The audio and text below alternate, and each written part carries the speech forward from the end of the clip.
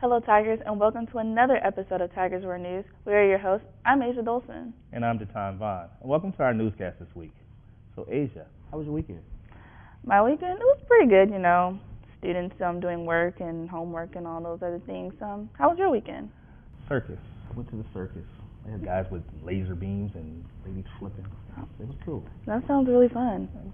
Well, as Savannah continues to ride a wave of unprecedented economic growth, city leaders admit that a long-brewing crisis is reaching a breaking point: affordable housing. While the city has its own Housing Savannah Action Plan in motion, a major industrial titan is now putting its weight behind the cost. Daton Vaughn has a story about this plan. With the rising cost in housing in Savannah and its economic growth, city leaders say the challenge has been building for years, and the Housing Savannah Action Plan was created to help address that. Now, one of the region's biggest industries is stepping in. The Georgia Port Authority has pledged $6 million over 8 years to support housing availability in Savannah, Garden City, and Port Wentworth, with an annual contribution of $750,000. Georgia Port says housing initiatives is aimed at improving housing access in near port communities. The Georgia Ports declined an interview, but provided press releases and videos highlighting their housing initiative. In a press release sent over by the Georgia Port Authority, President and CEO Griff Lynch stated, "Savannah is growing, and the Georgia Port Authority is proud to be a part of the growth and is proud to be a part of the Workforce Housing Initiative." Reporting for Tiger Wars TV, I'm Daton Vaughn. To find out more about the Savannah Action Plan, visit savannahgeorgia.gov. Blue skies and orange spirits were on full display this past weekend at the University by the Sea. Savannah State University opens up its gates to the next generation of Tigers for the semi-annual Open Campus Day. Our reporters have the details on how the campus welcomed hundreds of potential students to the March side. Asia Dolson takes us inside the day.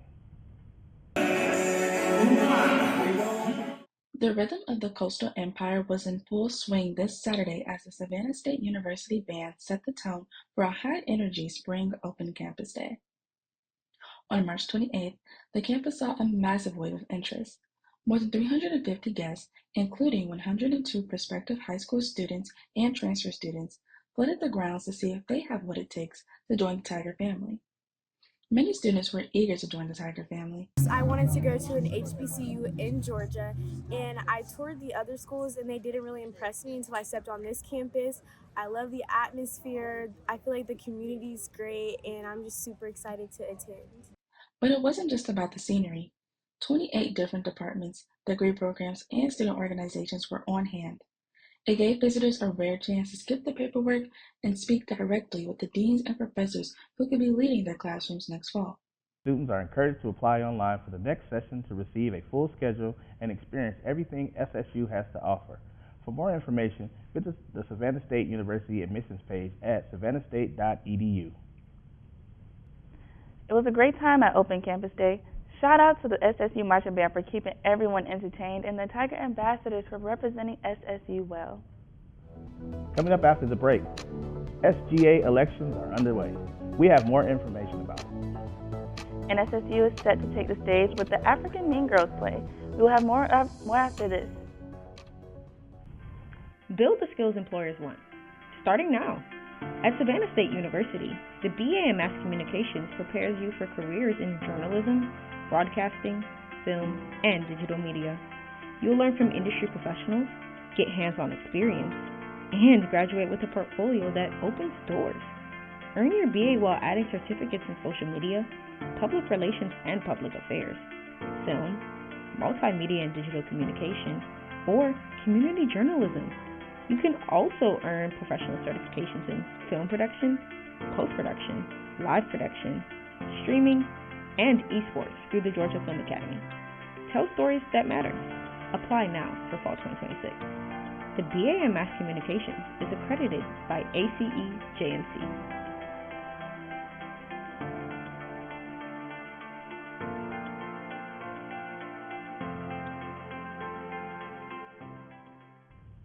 Savannah State University students are preparing to vote in the upcoming Student Government Association elections. Candidates are outlining their platforms and sharing how they plan to improve student life on campus. Kara Harris has the story. The 2026-2027 SGA has begun their campaign season. What separates me from them is my passion for this university. Since I got here on Savannah State's campus my freshman year, I've been heavily involved pouring into my campus and being a student leader, but not only being a student leader, but being a student leader that serves. So I think that separates me from my competition. The first day involved a meet and greet where students were given the opportunity to talk to the SGA candidates at their tables, showcasing how they want to represent the student body for the new school year. So my platform is This Is It. It stands for Thrive in Excellence, Heal the World, Inspire Creativity, and Serve with Impact. And with that, I plan to be the best Miss Savannah State that I can be for my campus. Michaela Moody is running for Miss Savannah State on the platform This Is It. Moody says her leadership is driven by experience and a strong work ethic. I'm not just did it because, it's a crown, it's a sash. I'm doing it for the accolades. I'm doing it because I want the work, and it only should be me doing the work. I feel like I have the best work ethic there is to offer. Kyler Ashford is focusing on transparency and opportunity. My platform is hope, honesty, opportunity, persistence, and excellence. Honesty, be able to be as transparent as possible between the SGA board and the student body. Ashford says his goal is to solve real student concerns. Because again, everybody on this campus is basically just a student. Opportunity to be able to provide these students with the means of being successful in the future, and persistence to be able to drive these problems that the students may have into our faculty and staff's brains to be able to fix them in the future as well. Excellence, it speaks for itself. Candidates say their focus is leaving a lasting impact on campus and improving the student experience. Just simply being active and engaged. You know how different our campus would be if everybody just simply showed up. That's what active engagement is about, having an actual leader that actually shows up and really does the work. Reporting for Tigers Roar, I'm Kara Harris. Elections will be held this week and the results will be announced on Friday, April 10th. It's a story of ambition, beauty standards, and a fierce battle for the crown. This week, the Kennedy Fine Arts Center transformed into 1986 Ghana as the visual and performing arts program brings a hit play to the local stage, one that's already eyeing the bright lights of Broadway. Our reporter, Tyler Nlovu, who also stars in the play, takes us behind the scenes of Schoolgirls, or the African Mean Girls play. Bright costumes, bold personalities, and fierce competition. Savannah State students are bringing Schoolgirls, or the African Mean Girls play, to life.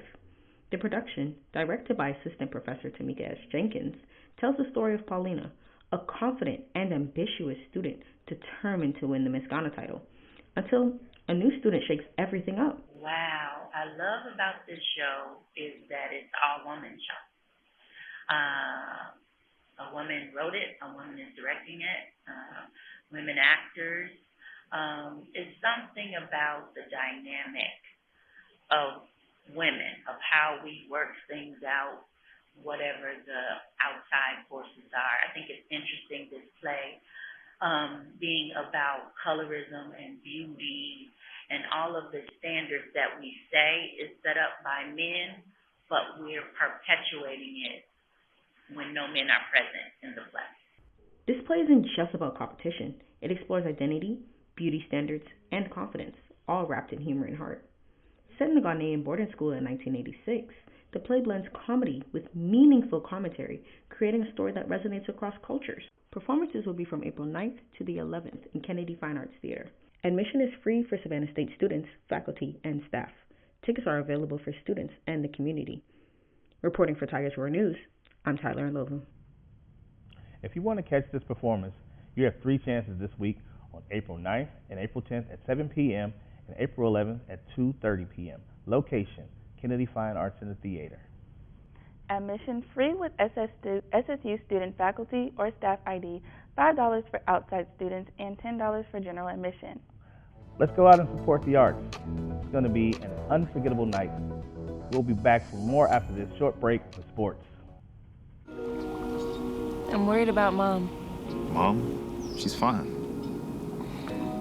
These the ones, right, Mom? Yeah, groundlings. Sweet potatoes. Daddy, it's salty. Some things come with age. And some don't. Early detection of Alzheimer's can lead to better care for your loved one. Learn the early warning signs at 10signs.org.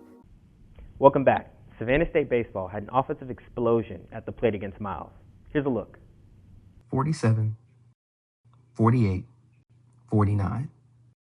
That's how many runs Savannah State put up in last weekend's home series against Miles, the most they've scored in a 3-game stretch all season. The bats were electric all weekend, but it wasn't just the offense. The Tigers pitching staff held the Golden Bears to just 3 total runs, highlighted by a complete game shutout from Salvatore Urso in Game 2. After the game, I caught up with Coach and the players to hear their thoughts.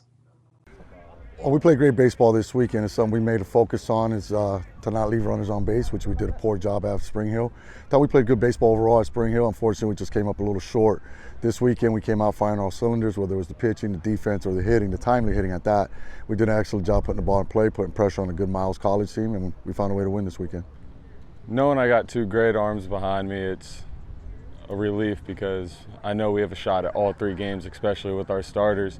And knowing that we have the defense behind us that is going to back us up, don't really got to worry about much. You just got to put the ball in the zone, let them hit it, let them do their thing. They're going to get it done. Yeah, the season's been a bit of a struggle, like location-wise, not filling up the zone, giving up hits here and there. But it's just everybody around the field, everybody in the dugout, like being around me and telling me, like, you got this, like, you're a dog, like you got this. And, like, that really helped me to get back in the zone, get back on the mound and feeling good and, like, just filling up the zone. That's what really has helped me so far this season. I would say keep playing. Baseball is a humble game. If you think like you're the best, like you're on top, the baseball is gonna like humble you. Especially when you trick like, let's see, lowest team, you get cocky. That's when baseball humble you. So we trick every team the same, and also we gave all the glory to God because He's the one in any where we got ups and downs. He's the one always there for us. Coming off that sweep over Miles, Savannah State baseball fell to USC Buford 10-7 in a midweek matchup. Noah Rodriguez went yard for the Tigers, while Tyler Tucker added a multi-hit performance with an RBI. Savannah State women's golf wrapped up play at the Cinco Ranch tournament with a third-place finish. The Tigers opened strong with a plus 49 first round, battled through a tough second round, and bounced back on day 3. Zell Wilson led the way, finishing at plus 28 to pace the team. Savannah State softball rolled past Allen in a 3-game sweep, winning 5-2, 10-0, and 15-1. Jayla Givens highlighted the weekend with a grand slam in Game 2, while Caitlin Williams drove in 5 runs in the finale. In the circle, Dania Allen picked up 2 wins over the weekend and added a save in Game 1. Looking ahead, Savannah State baseball opens a weekend series away from home Friday against Tuskegee. Track and field competes in a home meet Saturday at 11, and football spring game is set for Sunday at 3 p.m. I have your updates on all of that next week. Back to you guys in studio. Thank you for that rundown, Josh. If you're thinking about heading out to some events or other activities, here's your weather outlook according to AccuWeather. Early week, approximately April 6th through 7th, mostly pleasant with high in the mid-70s and nights in the mid-50s. Midweek, approximately April 8th through 9th, warm with temperatures hovering near 70 to 75 degrees. And the weekend, April 11th through 12th, continued warm with highs ranging from the upper 70s to the low 80s with a chance of showers. So it seems like it's pleasant weather, but maybe keep your umbrella nearby this weekend. It looks that way in the forecast, but definitely enjoy a mostly sunny week. Thank you all for joining us for this edition of Tigers Roar News. Find out more news on tigersroar.com. And follow us at SSU Tigers Roar on Facebook, Instagram, and X, formerly known as Twitter. Have a great week. We will see you next week.